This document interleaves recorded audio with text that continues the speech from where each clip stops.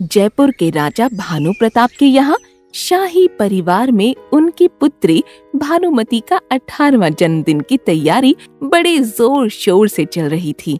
निमंत्रण कई महीनों से कई राज्यों में भेजे जा चुके थे और उत्साह भी देखने लायक था, खास तौर पर भरतपुर के शाही परिवार में। भरतपुर के राजकुमारों में अति उत्साह था। भरतपुर के राजा के 2 पुत्र थे, जिसमें पहले राजकुमार का नाम नरेंद्र सिंह था और दूसरे राजकुमार का नाम तेज सिंह था। हम राज्य में पहुंचने वाले हैं। तुम्हें याद है ना तेज, मैं यहाँ राजकुमारी भानुमति का दिल जीतने आया हूँ। एक राजकुमार और एक बड़े भाई होने के नाते मुझे तुम्हारी मदद चाहिए। तुम्हें याद है ना, अगर मैं कुछ मजाकिया कह दूं तो तुम्हें क्या करना है? हम ये तैयारी कई बार कर चुके हैं, मुझे हंसना है। और जब मैं कविता पढ़ूंगा तो? मैं मुस्कुरा दूंगा।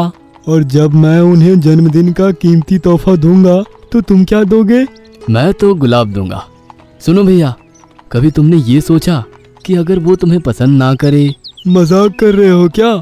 अरे मैं अमीर हूँ और शाही परिवार से भी हूँ। ऐसा नहीं हो सकता जो उसे पसंद ना आए। हम पहुँच गए हैं। शायद यही राजकुमारी भानुमति है।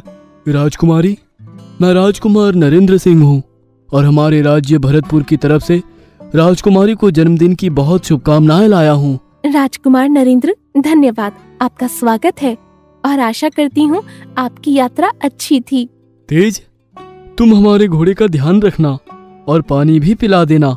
हाँ हाँ भैया। ये कौन है? मैं राजकुमार तेज सिंह हूँ।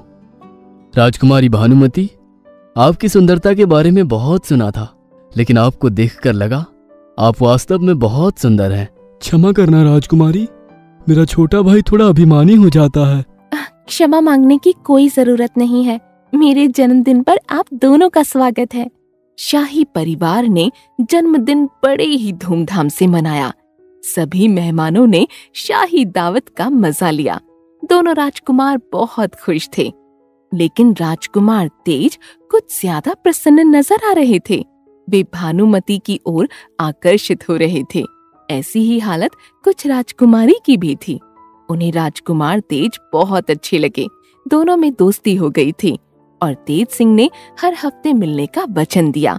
उसके बाद वे हर हफ्ते राजकुमारी से मिलने आने लगे। ऐसे ही समय गुजरने लगा।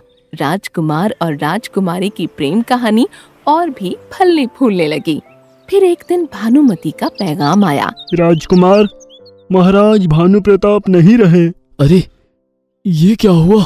महाराज भानु प्रताप के देहांत के बाद भानुमति ने ना चाहते हुए भी 19 वर्ष की उम्र में जयपुर की रानी बनने का फैसला किया। जैसे ही भानुमति ने राज्य का कार्यभार संभाला, वो तेज सिंह से सलाह लेने लगी और तेज सिंह भी उसकी मदद करता था। और फिर एक दिन तेज सिंह भानुमति से मिलने आए। रानी जी, राजकुमार तेज मिलने आए हैं। उन्हें अंदर भेज दो। तेज, हमें बहुत खुशी हुई आपको यहाँ देखकर। राज्य के कुछ मसले हैं जिसके बारे में तुमसे सलाह मशवरा करना चाहता हूँ। हम जलपान का प्रबंध करते हैं। ओह तेज, तुम्हें मैंने कितना याद किया। मैंने भी तुम्हें बहुत याद किया भानु। मैंने सुना है कि तुम अपने राज्य का कार्यभार बहुत अच्छे से संभाल रही हो। और क्या सुना? यही कि तुम्हारी प्रजा तुमसे बहुत खुश है। और आप? मैं भी। क्या मैं तुमसे कुछ पूछ सकती हूँ? हाँ हाँ जरूर। अगर मैं तुमसे शादी के लिए पूछूं तो क्या कहेंगे आप? तुमसे शादी? क्या मैं एक रानी का हाथ मांग सकता हूँ? ये इतना आसान नहीं है। क्या मैं इसके बारे में सोच सकता हूँ? हाँ, जिंदगी भर सोच सकते हो। तुम्हें बुरा तो नहीं लगा? तो मैं ना समझूं? अरे नहीं, मेरी तुम हाँ समझो। जिस दिन भानुमति का तेज से विवाह हुआ, उस दिन समस्त राज्य खुशी में डूबा हुआ था। कई राज्यों से मेहमानों का तांता लगा हुआ था। हर तरफ खुशियां ही खुशियां थीं। प्रजा बहुत खुश नजर आ रही थी।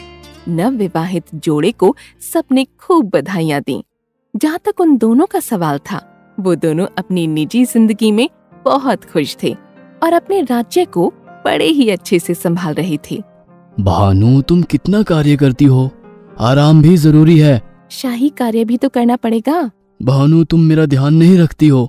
मैं तुम्हारी ही यादों में खोया रहता हूँ। अच्छा, तुम्हें खुशखबरी सुनानी है। मैं माँ बनने वाली हूँ। ओ भानु, मैं आज बहुत खुश हूँ। दोनों ही माँ बाप का कर्तव्य बड़े ही अच्छे से निभा रहे थे और वो दिन दूर नहीं था जब कुछ और बच्चों की किलकारी राजमहल में सुनाई दे। उनके 5 बच्चे हो गए थे।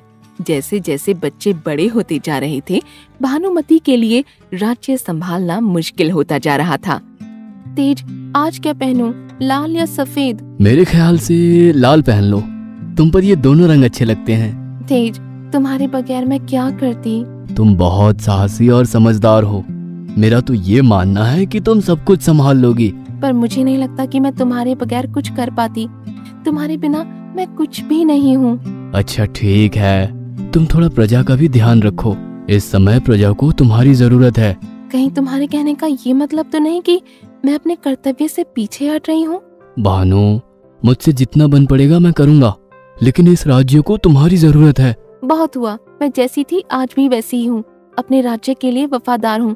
कहीं तुम अपने को शासक तो नहीं समझ बैठे? इतना भी अहंकार मत करो। रानी भानुमति के आधिकारिक कार्यों में अपने पति के ऊपर निर्भरता के कारण अक्सर बहस हो जाती थी, लेकिन एक दूसरे का गहरा प्रेम उनके मतभेदों को दूर कर देता था। उनका ये प्रेम बढ़ता रहा, अपने परिवार और राज्य को ये साबित करते हुए कि कर्तव्य और प्रेम एक साथ निभाया जा सकता है। तेज, मुझे लगता है इस बार हम और बच्चे मेरे जन्मदिन पर भरतपुर चलते हैं। बच्चों को अच्छा लगेगा। हाँ, मुझे भी लगता है। मुझे तुम्हारी तबीयत ठीक नहीं लग रही है। क्या तुम बीमार हो? हाँ, थोड़ा सा।